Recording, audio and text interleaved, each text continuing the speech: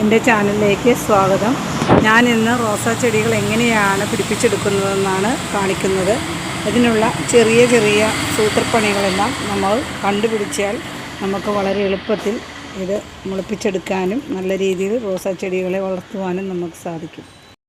ഞാനിവിടെ ചട്ടിയിൽ തന്നെ നട്ടുവെച്ചിരിക്കുന്ന 2 റോസക്കൊമ്പുകളാണ് ഈ കാണുന്നത്.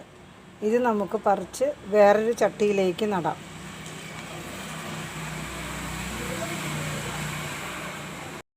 നമ്മൾ ആ 2 റോസക്കൊമ്പുകളും അവിടെ പിടിച്ചിരുന്നത് വേരോടെ പറിച്ച് ഇതിൽ വെച്ചു. ഇതിൻ്റെ കൂട്ടത്തിൽ ഞാൻ 2 ചെടികളും പിടിപ്പിച്ചിട്ടുണ്ട്. ഒന്ന് കീഴാനെല്ലിയും മുക്കുറ്റിയും. ഇത് ഞാൻ അങ്ങനെ പിടിപ്പിച്ചെടുത്ത് വെച്ചിരിക്കുന്നതാണ്. കാരണം ഇതിലേക്ക് നമ്മൾ വെള്ളം തളിക്കുമ്പോൾ അധികമായാൽ ഈ വെള്ളം ആ ചെടികൾ വലിച്ചെടുക്കുകയും ഈ ചെടി ചീഞ്ഞു പോകാതിരിക്കുകയും ചെയ്യും. ഇങ്ങനെ നമ്മൾ പിടിപ്പിച്ചാൽ നമ്മുടെ ചെടികൾ നമ്മൾ പറിച്ച് നടുമ്പോഴും വാടിപ്പോകാതെ നമുക്ക് കിട്ടും. ഇല്ലെങ്കിൽ നമ്മൾ പറിച്ച് നടുമ്പോഴും വീണ്ടും ഇലകളെല്ലാം വാടി നമ്മൾ പിടിപ്പിച്ചതെല്ലാം വെറുതെ ആയിപ്പോകും. ഈ റോസാ ചെടികൾ പിടിച്ചു കഴിയുമ്പോൾ നമുക്ക് ഇതിൽ നട്ടു വെച്ചിരിക്കുന്ന ഈ മുക്കുറ്റിയും കീഴാനെല്ലിയെയും നമുക്ക് പറിച്ചു മാറ്റുകയും ചെയ്യാം. ഇതുപോലെ ഉള്ള കമ്പുകളാണ് നമ്മൾ എടുക്കേണ്ടത്. നല്ല മൂത്തതും പാടില്ല, വളരെ ഇളയതാകാനും പാടില്ല. ഇലകളെല്ലാം അതിൻ്റെ കട്ട് ചെയ്ത് കളഞ്ഞതിന് ശേഷം നമുക്ക് ഈ ചട്ടികളിൽ തന്നെ നമ്മൾ പറിച്ചെടുത്ത് ആ ചട്ടികളിലേക്ക് തന്നെ നമുക്ക് ഇത് നട്ടുവയ്ക്കാം. ഇത് പിടിച്ചതിന് ശേഷം നമുക്ക് അടുത്തതിലേക്ക് നടാം. പക്ഷേ ഇതിൽ നമ്മളിങ്ങനെ നടുന്നതിൻ്റെ ഉദ്ദേശം ഇതിൽ തന്നെ നമുക്ക് ഈ ചെടി തന്നെ മദർ പ്ലാന്റായിട്ട് നിൽക്കുകയും ചെയ്യും. അതിൻ്റെ കൂടെ ഇതിലധികം വരുന്ന വെള്ളം വലിയ ചെടികൾ വലിച്ചെടുക്കുകയും ചെയ്യും.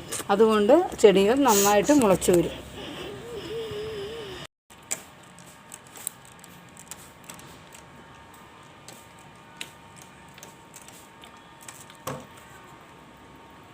ഇത് നന്നായി പിടിച്ചു കഴിയുമ്പോൾ നമുക്ക് ഈ 2 ചെടികളും പറിച്ച് കളയുകയും ചെയ്യാം. ഇതിൽ ചട്ടിയിൽ നമ്മൾ മുറിച്ച് നട്ടു വെച്ച ആ ചെടികൾക്കും കൂടി കുറച്ച് വെള്ളം തളിച്ചേക്കാം. ഇങ്ങനെ ചെയ്തു കഴിഞ്ഞാൽ എല്ലാ റോസാ ചെടികളെയും നമുക്ക് പിടിപ്പിച്ചെടുക്കാൻ സാധിക്കും. എല്ലുപൊടിയും ചാണകപ്പൊടിയും വേപ്പിൻ പിണ്ണാക്കും നമ്മൾ നടുമ്പോൾ തന്നെ ഇടുക.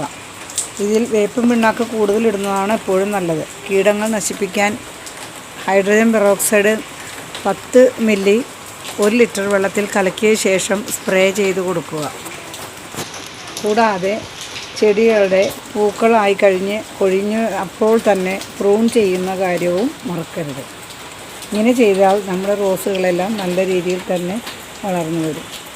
നല്ല വെയിലുള്ള ഭാഗത്ത് തന്നെ റോസ് ചെടികൾ വെക്കുന്ന കാര്യം ശ്രദ്ധിക്കുക. ഇങ്ങനെയെല്ലാം ചെയ്താൽ ധാരാളം പൂക്കൾ നമുക്ക് ലഭിക്കുന്നതാണ്. നമുക്ക് കൊടുക്കാവുന്ന വളരെ നല്ല ഒരു വളമാണ് ചെമ്പരത്തിപ്പൂവ്.